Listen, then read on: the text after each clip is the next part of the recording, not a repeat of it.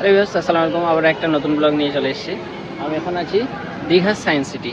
এর আগে আমার ভিডিও যদি আপনারা দেখে থাকেন, তো আমি কলকাতার যে সায়েন্স সিটিটা পুরো কভার করেছিলাম। আজকে দীঘা সায়েন্স সিটির কী আছে, আই থিঙ্ক আমার সাথে থাকলে পুরো দীঘা সায়েন্স সিটি সেটা আপনাদের পুরো ঘুরে দেখাবো। অনেক শিখতে পারবেন যারা আমার স্টুডেন্ট আছে, তো শেষ পর্যন্ত অবশ্যই থাকবে। এটা হচ্ছে দীঘা সায়েন্স সিটির মেইন প্রবেশপথ, আর এটা দিয়ে আপনাদের প্রবেশ করতে হবে। তার আগে আপনাদের এখানে লাইন দাঁড়িয়ে টিকিটটা কেটে নিতে হবে। ভেতরে প্রবেশ করা মাত্র আপনারা অবাক হবেন এটা দেখে। দেখেন, আমি সায়েন্স সিটিতে কলকাতাতে এটা দেখেছিলাম, বা এখানেও সেটা বানিয়ে রেখেছে। খুব ইন্টারেস্টিং এটা। আপনারা প্রথমে অবাক হবেন যে কিভাবে পানিটা পড়ছে উপর থেকে। এখানে সাধারণত দেখা আছে যে অডিটোরিয়াম রুম কোন দিকে, ক্যান্টিন কোন দিকে, টয়লেট কোন দিকে এবং কনফারেন্স রুম কোন দিকে। এছাড়া কি কি ঘোরার জায়গা আছে এখানে সব আছে, আপনারা দেখে নিতে পারেন। ভেতরে প্রবেশ করা মাত্রই কিভাবে সায়েন্স কাজ করছে সবকিছু ডিটেলস সেখানে দেওয়া আছে। আপনারা সবকিছু দেখতে পারবেন এবং না জানলে সেখানে পড়েও বুঝতে পারবেন। এখানে সবকিছু বোর্ডে টাঙানো আছে। এটা হচ্ছে সব থেকে ইন্টারেস্টিং যে আপনি যত তালে দিবেন পুরো গাছে লাইট ততই জ্বলে উঠবে। তো এটা ক্লাব ট্রি বলা হয়। হাততালি না দিলে সব লাইটই অফ হয়ে যায় এখানে। তো আপনারা খুব মজা পাবেন। এখানে সবাই হাততালি দিচ্ছে আর ততই লাইট পুরো গাছে জ্বলে উঠছে। প্রবেশ করা মাত্রই ফুটবল প্রেমীদের জন্য অনেক ইন্টারেস্টিং একটা গেম এখানে আছে। আপনারা চাইলে এটা খেলতে পারেন। আর এটা খেলার জন্য আপনাদের কোনো এক্সট্রা টাকা পে করতে হবে না। রিফ্লেকশন, এটা আমি সায়েন্স সিটিতে আপনাদের দেখিয়েছি, অনেক মজা পেয়েছেন। আই থিঙ্ক এখানেও আপনারা অনেক মজা পাবেন সায়েন্স সিটিতে। এটা হচ্ছে ভিডিও গ্লব। সায়েন্স সিটির সব থেকে আকর্ষণীয় বিষয় হচ্ছে এই ভুলভুলাইয়া। এই ঘরের মধ্যে আপনারা প্রবেশ করে উইথাউট টাচ আপনারা কেউ হাঁটতে পারবেন না আমার বিশ্বাস। কারণ চারিদিকে কাঁচ সেট করা আছে এমন ভাবে, চারিদিকে মনে হবে রাস্তা। তো চারিদিকে রিফ্লেকশন একটা কাজ করে। তো আপনাদের অনেক ইন্টারেস্টিং লাগবে। এই ভুলভুলাইয়া রুমে আপনারা ঢুকতে পারেন।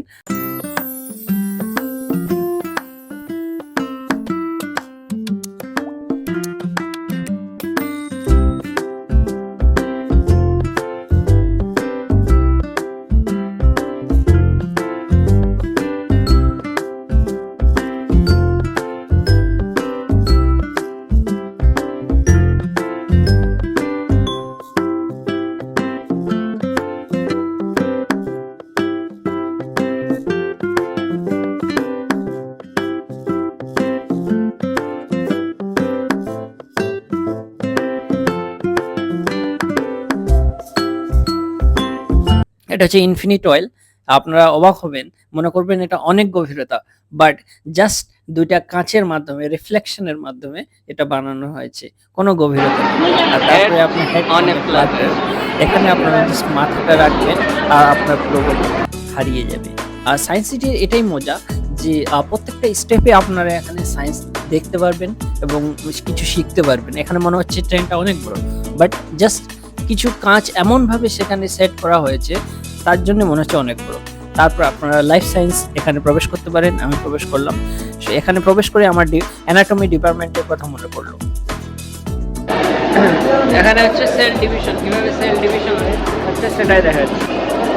এই যে আমরা দেখছি সেল সাইকেলে আর্মানি সেল সাইকেলে মাইটোসিস, মিওসিস এসব হয়ে থাকে, ওটাই দেখাচ্ছে। স্টার্ট ফার্স্ট, অনেক পড়তে হবে, পড়ার সময় নেই এখন।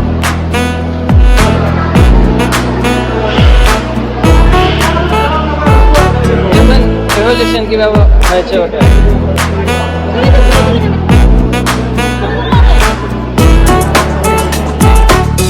এখানে একটা অ্যাকোয়ারিয়ামে আছে, আপনারা সেটাও ঘুরে দেখতে পারেন। এখানে ডিফারেন্ট টাইপের মাছ আছে। বাচ্চারা এখানে অনেক এনজয় করে, কারণ এত কি বলবো সুন্দর সুন্দর মাছ, ডিফারেন্ট টাইপের মাছ দেখে আপনাদের মন ভরে যাবে এবং বাচ্চারা অনেক মাছগুলো দেখে টাচ করতে চাইবে, খেলতে চাইবে। সো বাচ্চাদের আপনারা নিয়ে যেতে পারেন, তারা অনেক এনজয় করে এখানে।